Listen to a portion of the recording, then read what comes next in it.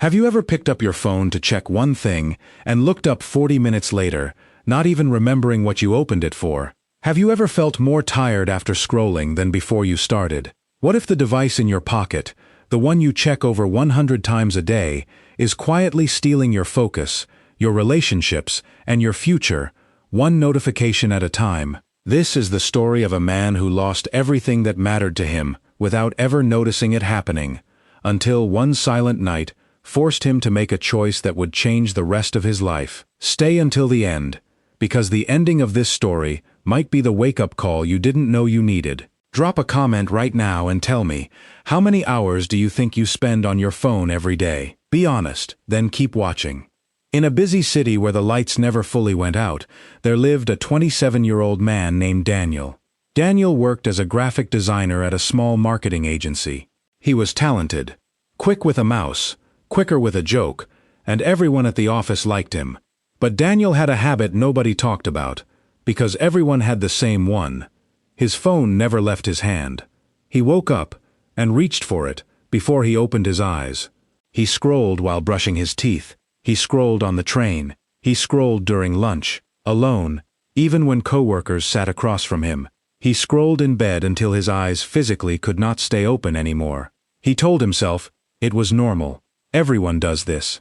But somewhere underneath the endless feed of other people's vacations, other people's promotions, other people's perfect relationships, something in Daniel was slowly going numb. He had a girlfriend named Mia. They had been together 2 years. But lately, their dinners looked the same. Mia would talk. Daniel would nod, eyes flicking down to the glowing screen in his lap. "You're not even listening," Mia said one night. "I am," Daniel replied, not looking up. "What did I just say?" Silence. He genuinely did not know. Mia stopped talking after that. Not just that night. Something in her stopped talking, period. Daniel told himself he was just tired from work. He told himself everyone was distracted these days. He told himself it wasn't a real problem, not like debt, not like addiction, not like the things that ruin lives. But at night, lying in bed after another 3 hours of scrolling he couldn't even remember, a quiet, uncomfortable feeling would rise in his chest. A feeling that whispered, "You are not actually living. You are watching other people live." He ignored it, every single night. Then came the phone call. It was 11:47 p.m. on a Thursday. Daniel was mid-scroll, thumb moving on autopilot, when his phone rang. It was his best friend since childhood, Ray. Daniel almost let it go to voicemail, the way he let most calls go to voicemail now. But something made him answer. Ray's voice was different, shaking. "Daniel, my dad just had a stroke. He's in the hospital. I don't know what's happening."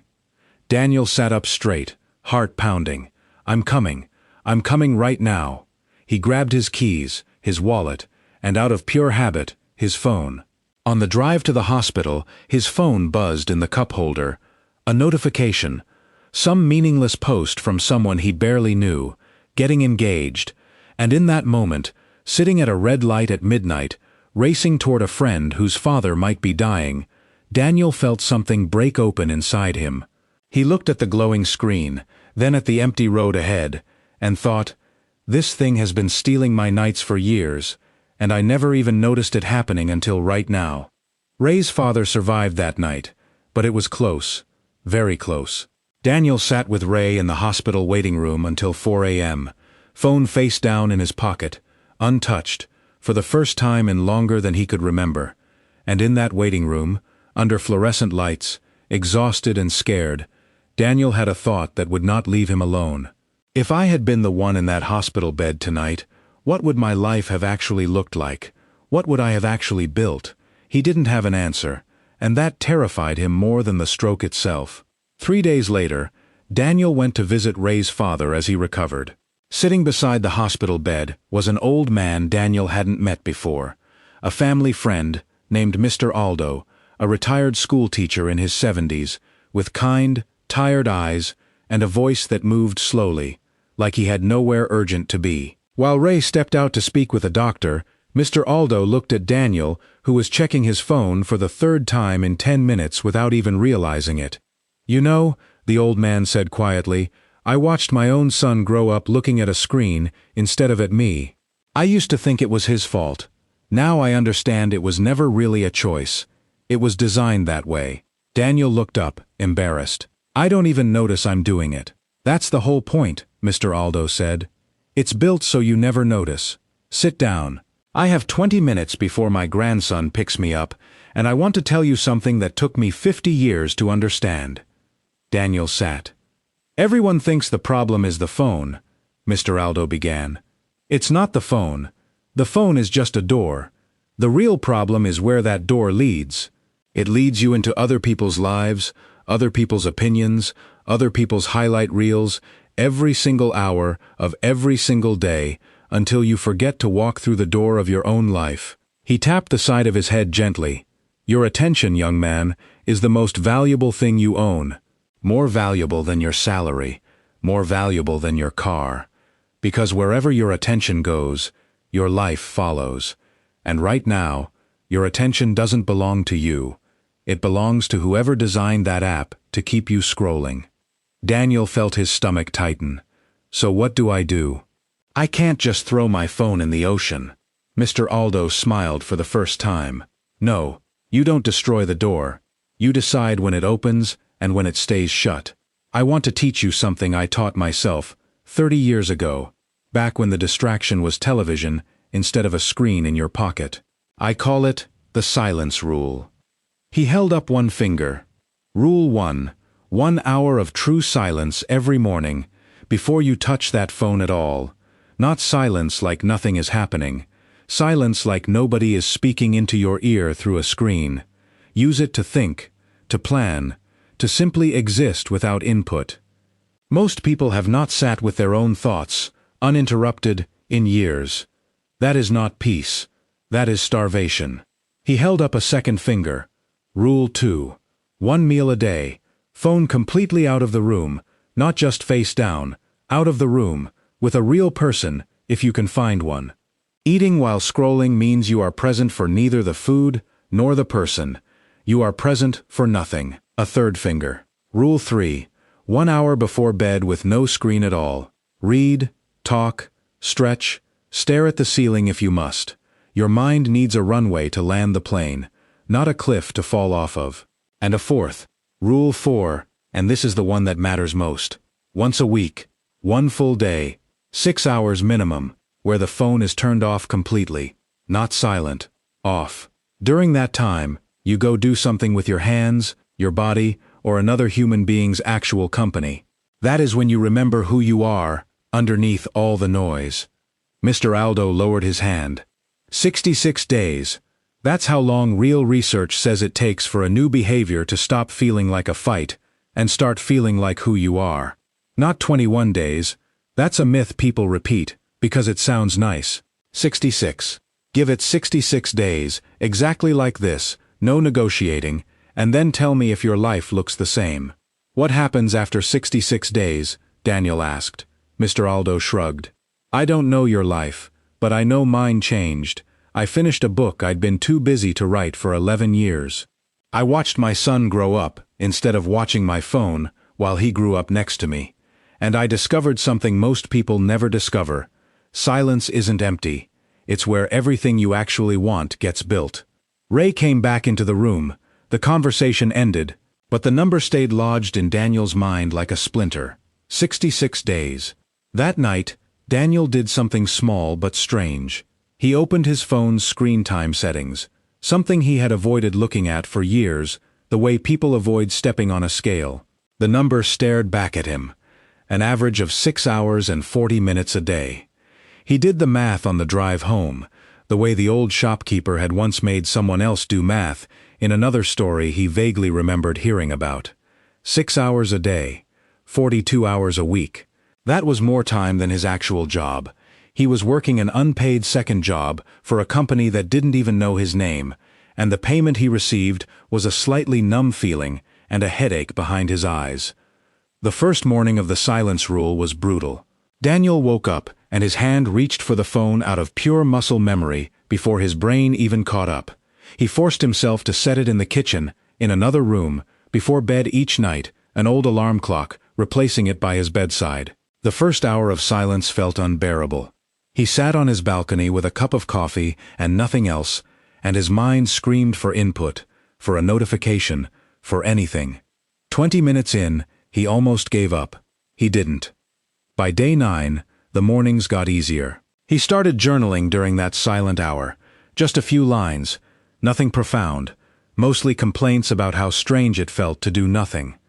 By day 20, the complaints turned into ideas. He remembered he used to want to illustrate a children's book, a dream he had buried under 7 years of scrolling. He started sketching again during his silent hour, badly at first, then less badly.